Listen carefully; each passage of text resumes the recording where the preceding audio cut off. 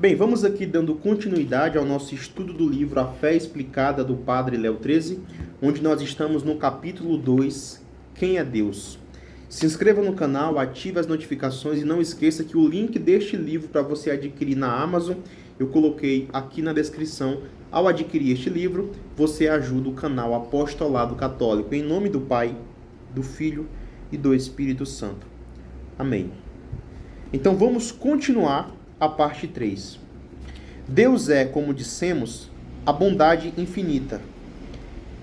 Não há limites à sua bondade, a tal ponto que ver a Deus será amá-lo com um amor irresistível. E essa bondade derrama-se continuamente sobre nós. Alguém poderá perguntar: se Deus é tão bom, por que permite tantos sofrimentos e males no mundo? Aqui entra aquela questão 49 da Suma Teológica, onde Santo Tomás de Aquino vai discorrer sobre o mal. Muitas pessoas fazem essa pergunta: se Deus é tão bom, por que existem males no mundo? Por que existe o mal? Será que Deus criou o mal? Aí Santo Tomás vai explicar que o mal não é uma coisa, porém é a ausência de algo, é a ausência do bem, é a ausência de Deus, tudo bem? É como se fosse uma janela. A janela não é algo, a janela é a ausência de algo, é a ausência da parede. Tá? Só é possível existir uma janela porque existe uma parede. De modo que a janela nunca será maior que a parede. Tá? Senão, se a janela for maior que a parede, não existe parede. Se não existe parede, não existe janela. Logo, o mal também é a ausência do bem. De modo que o mal nunca será maior que o bem. Tá bom? Nunca. Assim como a janela nunca será maior que a parede. Então alguém pode perguntar: se Deus é tão bom, por que permite tantos sofrimentos e males no mundo? Por que deixa que haja crimes, doenças e misérias? Muitas pessoas dizem que não acreditam em Deus por causa disso, né? Como é que eu posso acreditar num Deus tão bom que deixa acontecer essas coisas no mundo? Escreveram-se bibliotecas inteiras sobre o problema do mal. E não se poderá pretender que tratemos aqui deste tema como merece.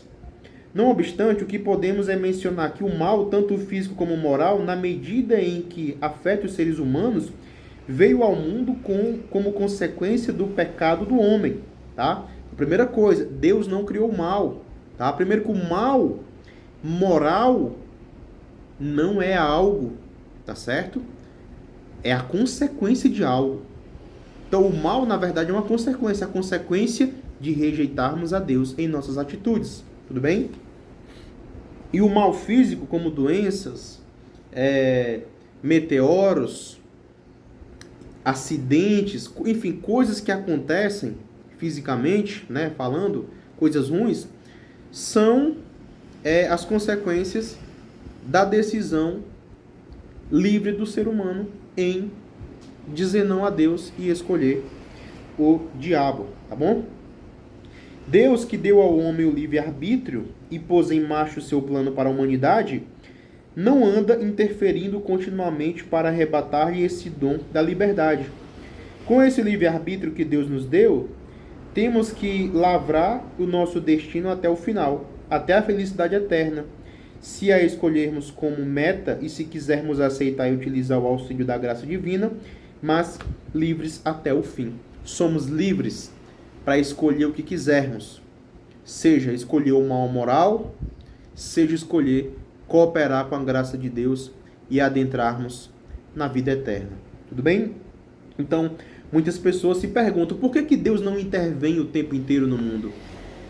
Porque isso iria tirar a nossa liberdade. Porém, ele intervém quando julga necessário para a sua glória e para que essa sua glória também ocasione motivos de conversões, santidades e que o ser humano encontre cada vez mais o caminho dele.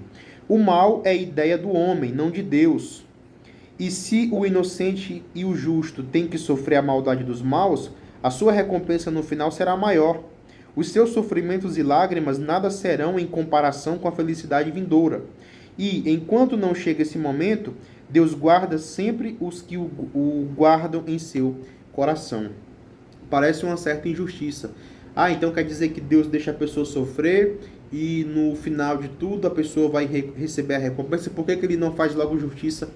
Bem, aqui a gente entra com a nossa mente humana limitada tentando entender algumas coisas, tudo bem? Agora, mesmo nossa mente humana sendo limitada, a razão natural e a fé nos deixam perceber, mesmo que de longe, que a glória eterna, que a vida eterna é aquilo de maior que podemos viver. A glória eterna, habitar eternamente com Deus, vai superar qualquer agressão e injustiça que sofrermos aqui neste mundo. Tudo bem? Parágrafo 272 do Catecismo.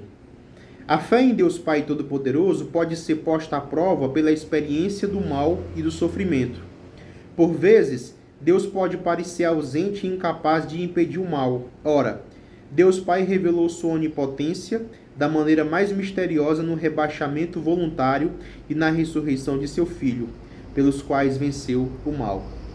Então nós, cristãos, corremos este risco de ter a nossa fé abalada por não ver a ação miraculosa de Deus intervindo em alguma coisa ruim que estamos vivendo. Algum mal que estamos vivendo, algum mal que está vindo contra nós e Deus não intervém em nosso favor. E nós pensamos, ele me abandonou. Só que a gente esquece que o que ele fez por nós já valeu qualquer intervenção que ele poderia fazer posteriormente. Entregou o seu próprio filho, ele, sendo todo-poderoso, veio habitar conosco e ressuscitou Jesus. Ou seja, ele já provou o poder dele, provou o amor dele. Só que nós, como vai dizer o próprio Senhor Jesus, geração incrédula, continuamos pedindo sinais. Que sinais? Sinais de intervenção. Continuamos pedindo que o Senhor se meta a todo momento em nossa vida. Uma doença, um falecimento, um desemprego, um problema financeiro, tudo isso já são motivos, infelizmente, para que o ser humano passe a desacreditar em Deus. Sendo que Deus já deu inúmeros motivos para a gente nunca desacreditar dele. Amém? Dando continuidade. A seguir, vem a realidade do infinito conhecimento, da onisciência de Deus.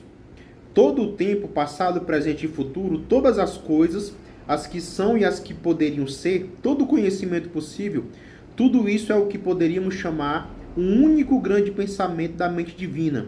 A mente de Deus contém todos os tempos e toda a criação, assim como o ventre materno contém toda a criança. Isso aqui começa a complicar um pouco, né? A leitura desse livro começou básica e agora vai começar a complicar um pouco. Do ponto de vista teológico, para nós, seres humanos, existe o passado, o presente e o futuro. Para Deus, não existe isso. Para Deus, todo o tempo passado, todo o tempo futuro e agora o presente é um único pensamento, é um único momento, é um instantâneo. De modo que eu vejo o tempo passar. Você vê o tempo passar. Deus não vê o tempo passar. O tempo não passa para ele. Para Deus, 1000 anos são como um dia. Ou seja, a gente começa também a perceber o porquê dessa não intervenção divina sempre que acontece alguma maldade, algum problema. É como se para ele, aquele mal que o ser humano está vivendo, ele enxerga aquele mal e ao mesmo tempo enxerga aquela glória que a pessoa vai viver eternamente. Tá? Vamos nos aprofundar cada vez mais do que isso. Deus sabe o que eu farei amanhã? Essa é uma pergunta. Sim. E na próxima semana? Também. Mas isso não significa então que terei de fazê-lo? Se Deus sabe o que terça-feira irei visitar a casa da tia Beatriz, como posso não fazê-lo? Aqui o ser humano começa a confundir a coisa conhecida com a coisa estabelecida. É como se Deus conhece, logo ele estabelece, mas é o contrário. Não é porque Deus sabe que nós vamos fazer algo que foi ele quem decretou isso. Tudo bem? Esta aparente dificuldade, que um momento de reflexão nos resolverá, nasce de confundirmos Deus conhecedor com Deus causador. Então, nós confundimos o Deus conhecedor com o Deus causador. Que Deus saiba que irei ver a minha tia Beatriz não é causa que me faz ir. Então, não é porque Deus sabe que eu vou que isso me fez ir. Pelo contrário, é a minha decisão de ir à casa da tia que permite que Deus o saiba. Mesmo que o meteorologista, estudando seus mapas, saiba que choverá amanhã, isso não é a causa da chuva. É ao contrário, aquilo mesmo que fará chover amanhã é o que proporciona ao meteorologista a base para saber que amanhã choverá. Então, não é porque a meteorologia diz que amanhã vai chover que vai chover só porque ela disse. Ela disse que amanhã vai chover porque já percebeu as evidências de chuva e essa constatação de que vai chover não causa chuva. Da mesma forma, o fato de Deus saber o que é que nós iremos fazer não é motivo para pensarmos que Deus causou isso. Da mesma forma, Deus sabe quem será condenado eternamente, mas esse conhecimento de Deus não causou a condenação da pessoa. Como vai dizer São Paulo a Timóteo, Deus quer que todos se salvem e cheguem ao conhecimento da verdade. Tudo bem? O desejo de Deus é a salvação de todo mundo. Para sermos teologicamente exatos, convém dizer aqui que, falando em termos absolutos, Deus é a causa de tudo o que acontece. Deus é, por natureza, a primeira causa. Isto quer dizer que nada existe, nem nada acontece que não tenha a sua origem no poder infinito de Deus. No entanto, não há necessidade de entrar aqui na questão filosófica da causalidade. Para o nosso propósito, basta saber que a presciência divina não me obriga a fazer o que livremente decido fazer, tá? Então, apesar de sabermos que tudo que acontece em Deus, não significa que Deus estabeleceu certas coisas. Significa tão somente que só acontece através dele. Ele sustenta tudo, de modo que nada pode ser feito fora dele. Tudo é feito nele. E isso gera muitos debates, porque as pessoas começam a pensar, se tudo é feito nele e sem ele nada pode ser feito, então até alguém, quando se condena ao inferno, é através dele. E aqui entra a questão do mistério. Mas, da perspectiva teológica, tá? Sem nos aprofundarmos na filosofia, nós precisamos entender que o fato de Deus saber que algo vai acontecer não significa que ele causou aquele algo que vai acontecer. Tudo bem? Isso é muito importante para nós. Senão nós iremos achar que Deus criou o mal e predestinou algumas pessoas para o inferno, que é uma heresia. Tá bom? A outra perfeição de Deus é que não há limites à sua presença. Tá? Dizemos dele que é onipresente. Está sempre em toda parte.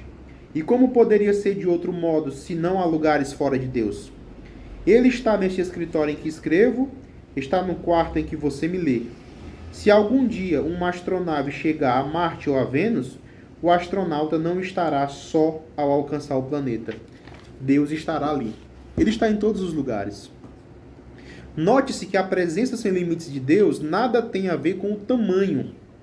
O tamanho é algo que pertence à matéria física. Grande e pequeno não tem sentido se aplicados a um espírito. E menos ainda a Deus. Não é que uma parte de Deus esteja num lugar e a outra parte no outro. Todo Deus está em toda parte. Tratando-se de Deus, espaço é palavra tão sem significado como tamanho. Então, é por isso que a igreja nos ensina que Cristo está totalmente em cada Eucaristia na face da terra. Não é que um pedaço de Cristo está numa Eucaristia e outro pedaço está na outra. E se uma Eucaristia for quebrada em 1 milhão de pedaços, cada pedacinho dela vai ter Cristo completo. Cristo todo. É impossível dividirmos Deus, que é Espírito perfeito. Não é porque Deus está num planeta e ao mesmo tempo está em outro que uma parte de Deus está lá e uma parte de Deus está aqui.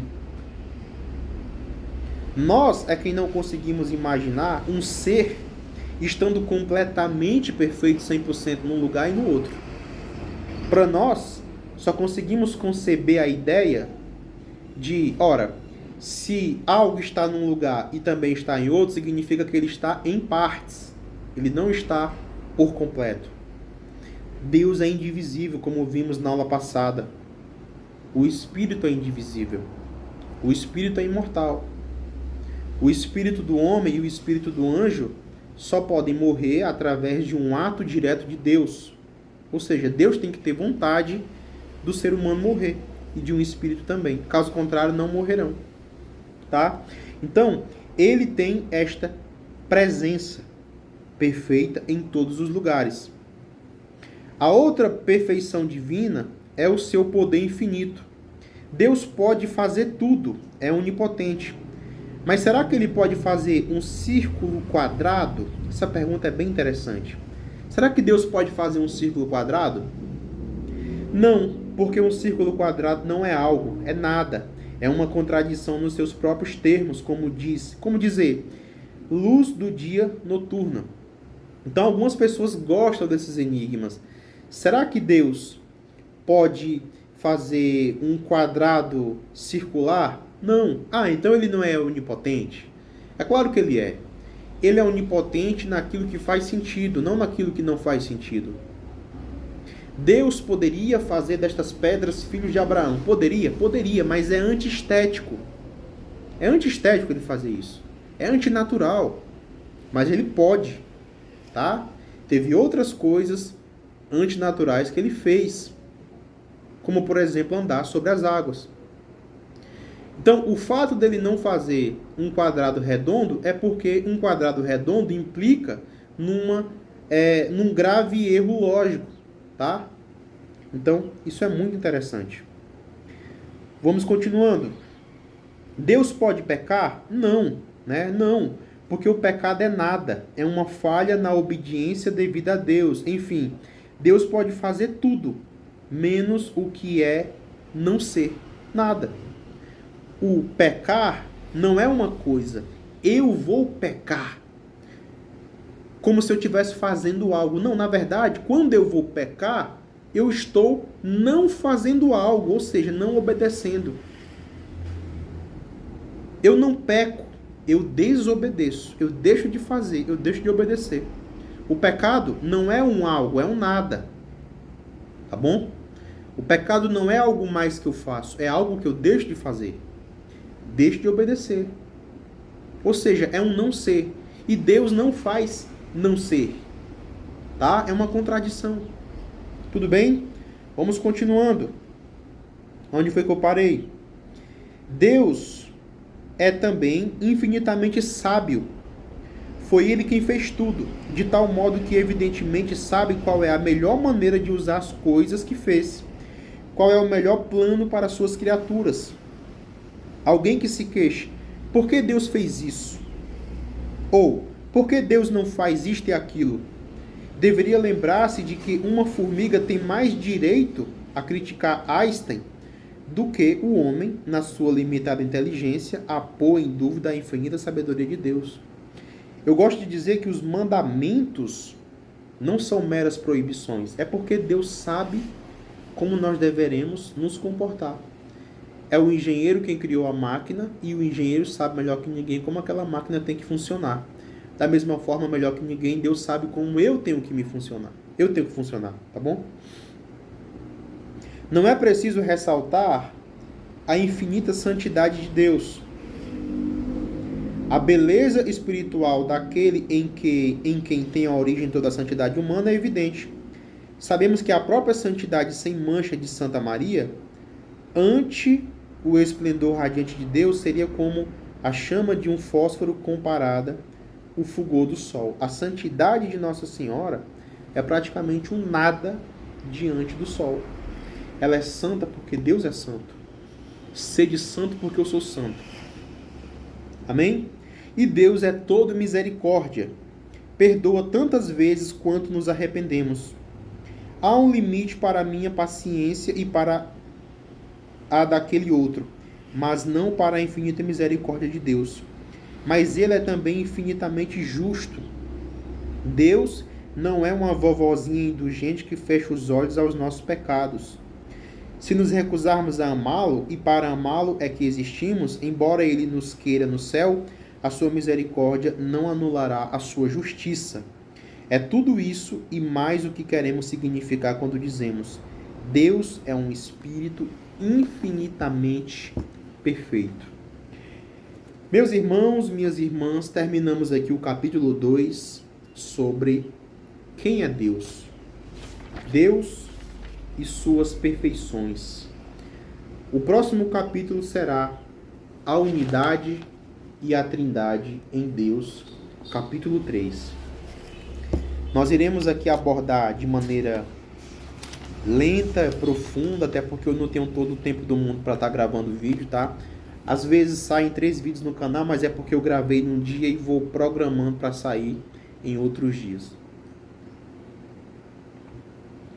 Fique com Deus e com Nossa Senhora. Abraço e até a próxima. Em nome do Pai, do Filho e do Espírito Santo. Amém.